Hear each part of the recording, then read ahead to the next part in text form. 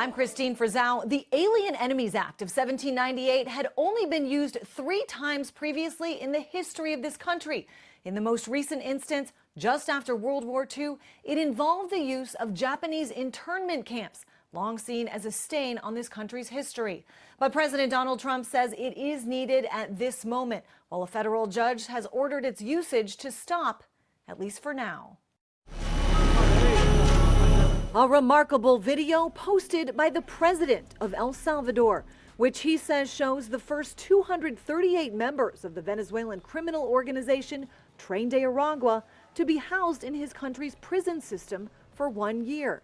The price tag, $6 million from the United States. To expedite removals of Tren De Aragua and other savage gangs like MS-13, which is equally vicious, I will invoke the Alien Enemies Act of 1798. President Trump implementing a rarely used wartime law, he says, to defend the American people from an urgent threat. What the Trump legal team is saying is that this transnational gang has infiltrated the Venezuelan government, and they're also invading our country. And if they're invading our country and they've invaded the Venezuelan government, the Trump legal team says they're a threat to national security.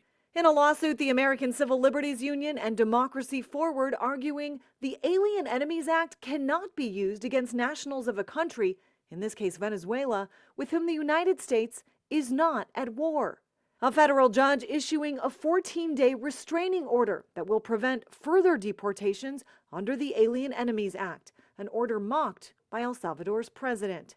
That restraining order already appealed by the Trump administration in a case like so many others expected to be settled by the U.S. Supreme Court. My argument is that we already have tools that are available to remove undocumented violent people from our country. Giving them this wide latitude to just kind of go across and just claim that anybody is anything is wrong. President Trump and his team are once again testing the limits of executive power at a time the U.S. Supreme Court has appeared willing time and time again to allow the president to decide what is and is not an actual national security threat. I'm Christine Frizzau reporting.